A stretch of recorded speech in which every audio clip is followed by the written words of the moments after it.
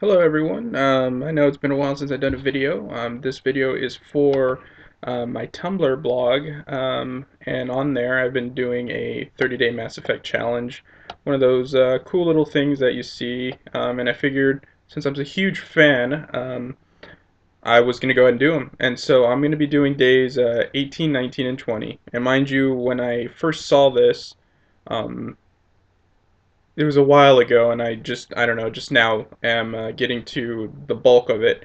And day 18 asks what you'd like to see Mass Effect 3. 19 asks what other genres you think you'd like to see the Mass Effect universe cover, and then 20, Broshep or Femshep, and why. So the first one I should cover is what I'd like to see Mass Effect 3. Well, seeing how it's the 10th of February and they're about to go gold with the game, I've already seen a lot that I like. The seamless animations for movement is pretty freaking awesome. Being able to go into cover, moving from edges, being able to be a little more stealthy. One of the things that I also liked that I'm seeing that I wanted to address between the first two games was the enemy AI. Now, as much as it was a bitch to play Mass Effect 2 through Insanity, you really only had to stay behind cover, pick them off, run away, etc. Especially those giant mechs. I think the Ymir mechs, if I'm not mistaken. But I would like to see, in terms of story, a resolution to Jack's story a little bit. Maybe a resolution to Miranda's story, and definitely resolution to what happens to Tali and Liara. Tali, whether or not you got her exiled or not in the second game, Mass Effect 2, you know her people are going to go to war at some point. Whether or not you're able to prevent it depended on your decisions. But you know they're gonna be involved somehow in Mass Effect 3. As far as Miranda, I mean, when the DLC was revealed or released, Lair of the Shadow Broker, and there's those dossiers um, that the Shadow Broker put together for all of the crew. You kind of see that. Uh, I mean, I guess the biggest one was she can't have children of her own, and I think that's really a travesty or a tragedy, I should say, for her character, just because of given how she was raised and how she was created.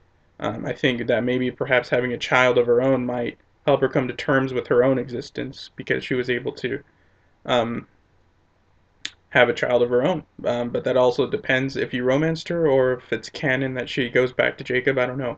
But I think I'd want to see a resolution to that. But I mean, other than those things, I think I'm just along for the ride. BioWare's done a tremendous job putting the story together, and we're going to see the end of Shepard's story, and I'm sure it's going to be epic. And I try not to use that word too much because I feel it's used too much, but I don't know if there's really any other way to describe it. Now, yeah, just looking forward to March 6th. Any other game genres I'd like to see covered using the ME universe? I took a couple notes here. They've pretty much effectively covered the RPG third-person shooter, and if it's any indication from what I've seen, Mass Effect 3 is probably going to be the best of the series. And the demo hasn't come out yet. I'm looking forward to it next Tuesday, unless I'm somehow able to get early access. But I think it would be kind of cool to see a real RTS game come out of it, or even a turn-based game. I like taking the Galaxy at War aspect of it. They're incorporating the multiplayer, but what if they made that into an RTS, claiming certain spots in the galaxy, and seeing if you're able to hold on to them or holding on to. I just I don't know how it would work. I think I definitely would want an RTS, at least along the lines of maybe like Star Wars Empire at War. That I didn't beat that game, but something along those lines, at least the space combat aspect of it. But who knows? Hell, maybe there can be StarCraft-esque type deal, different races, Asari, Turian, humans, etc., versus the Reapers. Who knows? Who knows? I mean, it's just vast. I'm sure there'd be um, a huge following for those if those ever came out. And then a while ago on Tumblr and on the internet, there was someone had created a Mass Effect Monopoly game, and I was thinking, well, why not make a Mass Effect board game? There are plenty of great board games out there.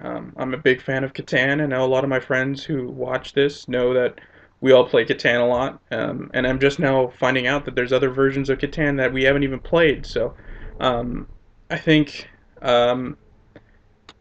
BioWare or some other company could come up with a Mass Effect universe board game very easily, and I think it would be well received. And finally, Broshep or Femshep.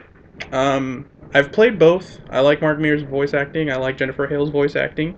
I tend to pick a female shepherd more often, if for no other reason than the fact that Jennifer Hale is an amazing voice actress. At least in the first game, I felt that she had more depth to her character, and I think well, not her character per se, but her voice acting, the emotions when she's getting pissed off or she's sad, any kind of emotion, I think she brings across really well. And I thought that was kind of lacking in the first game, but in the second game, I think it was pretty much equal. So, but I mean, FemShep has a pretty big following. They even today was FemShep Friday. They released the trailer featuring female Shep and the new default Shep that people voted on. Um, Personally, I still think my shepherds are more attractive, but um, I think EA and BioWare are definitely taking a step in the right direction in realizing that you can have strong female leads, and BioWare is pioneering that. And I just kind of wish they had started with all this from day one and not just feel like it's been tacked on recently. Um, but I mean, it's better late than never. And I think this is going to spark, I won't say revolution, but it's definitely going to spark some people to think about how they treat their main protagonists and the backstories and different things of that nature. And I really hope it leads to even better games. I'm really looking. I mean, ever since KOTOR, the first BioWare game I've ever played, um, I think they've done that. Sure, there's still going to be the same archetypes in any storyline, just because they're easy to write, and I'm not saying you can't write a complex archetype or anything like that. But I look forward to see what BioWare has coming in the future, especially since they're breaking down same-sex relationships in this game, which was featured in Dragon Age, which was kind of cool. Um, and I was kind of surprised it didn't happen in the Mass Effect universe, but I think those two different universes lend themselves to different types of relationship paths. And I think I'll be interested to see how BioWare handles it in Mass Effect 3. So yeah, those are three of the 30 days 18, 19, and 20 of the Mass Effect 30-day challenge, and I hope you enjoyed. And maybe I'll make more videos in the future that won't just feature me, and maybe I'll be able to screencast somehow. Um, yeah, thank you.